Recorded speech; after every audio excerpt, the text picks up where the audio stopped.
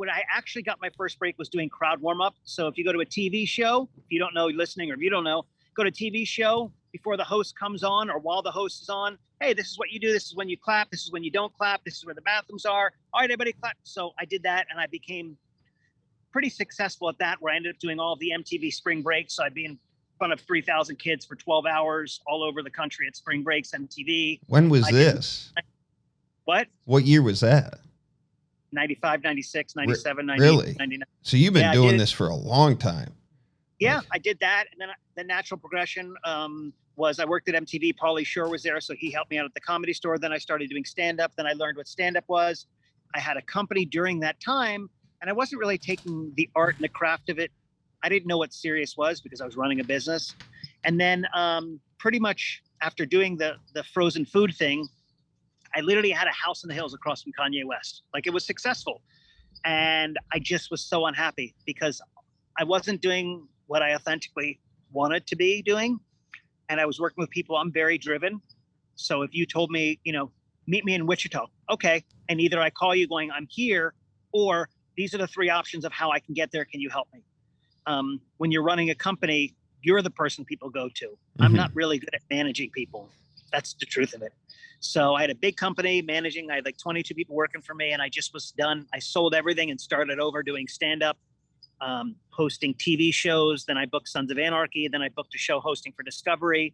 And then December 15th, 2020, I started social media, and that's currently at 4.67 million followers and I think 1.8 billion views. Wow.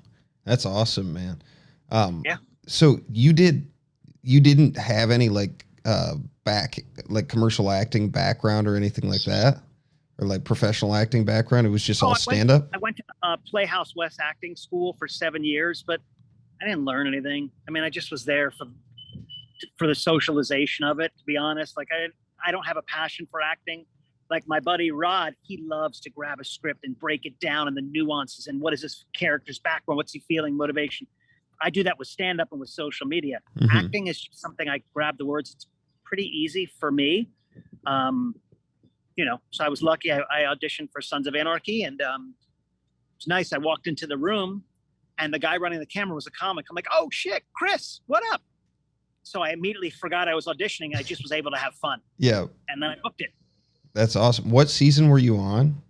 I was on season 6 and season 7. Not a huge part, but I was in a lot of seasons. I was in the series and season finale, and it was fun. That's great. Awesome. How was it weird seeing yourself on TV like that? Or was no, because I hosted a show for ESPN called American Muscle, where I was the only host, and I flew around the world and interviewed bodybuilders. But I made it lighthearted. I was like the viewer, like, hey, what do you do for cardio? I like to eat butter. Like, I was just silly with these huge Dorian Yates kind of. Yeah. I hosted a show for them.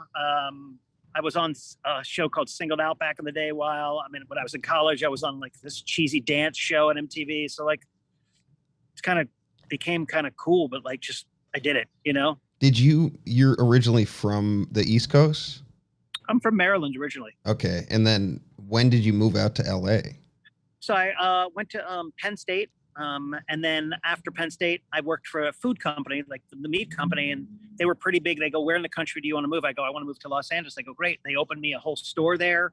And then, I was managing that. Then I went on my own. And then, like, as I said, I eventually just go, I don't like doing this. And then I booked a TV show for Discovery. I was hosting a car show for Discovery. In the meanwhile of doing stand-up and acting, there was a hosting academy.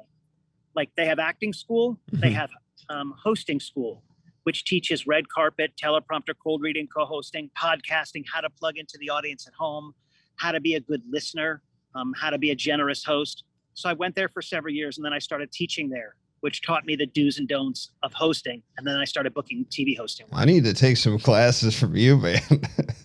I actually do. I have an online coaching program which teaches everything from A to Z with hosting, branding, social media, everything. What, like, can you talk about any of, like, just the general principles of that, or like what it, like, what people kind of miss sometimes with? I've never had anybody on here that has like a big background in hosting, and a good host is a big deal. Like, it makes or breaks a show. There's different kinds of hosts. One of the best out there is Ryan Seacrest. because he knows what he does on each individual platform. Meaning, when he does American Idol, you don't know what he does because he knows he's just there to balance everybody and make them the star.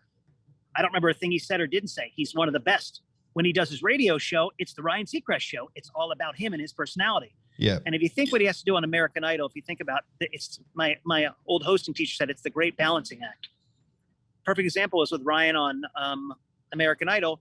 He's balancing the judges in front of him, the live audience in front of him, the producers in his ear, the contestants, and the audience at home.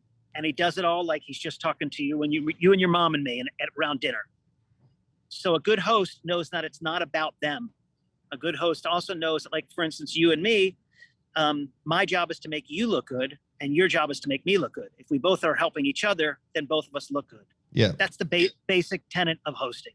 Where do people miss most of the time? Like, what's the most common mistake, would you say? I think one of the common mistakes people make when they're hosting is that they have to be perfect.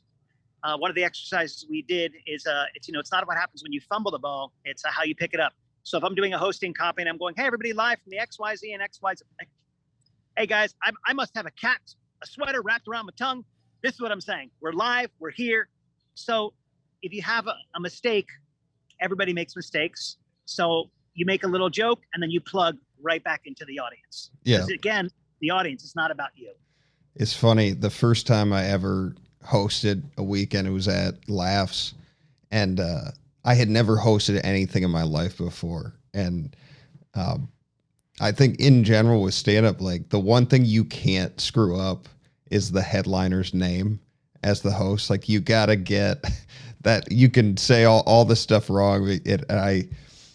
The guy going up, when he was coming to the stage, I started bringing him up and I blanked on his name completely. Like, I completely spaced on his name. So I started stalling and I just started making stuff up. It was, I don't know if you know him, Yadoye Travis, but I had no idea who he was. I thought he was like this, massive name in comedy that I just didn't know. So I'm like, are you guys ready for your headliner? And everybody's going crazy. I'm like, this guy's been on Comedy Central.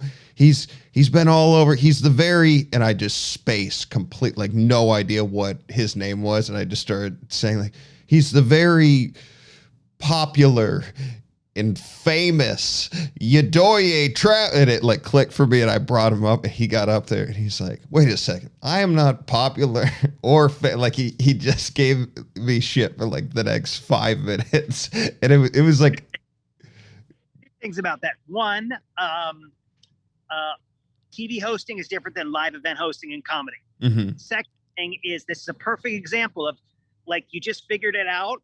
You stumbled, you picked it up, and then he took it further. He fumbled, picked it up. He picked up your fumble and goes, hey, I'm going to make this guy look fun. We're going to and then he probably went into his act. Oh, for sure.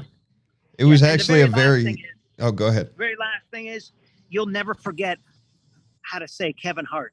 Yeah. So what I do, if anybody messes up my name, they say Nasar. Who gives a shit? Work so hard that you, Puff Daddy, Diddy says this, work so hard you don't have to introduce yourself. Oh, for sure. Right? So anytime somebody messes up a name, I go, I'm nothing. If you mess up, if I'm The Rock, you'll never forget The Rock, will you? No. Right?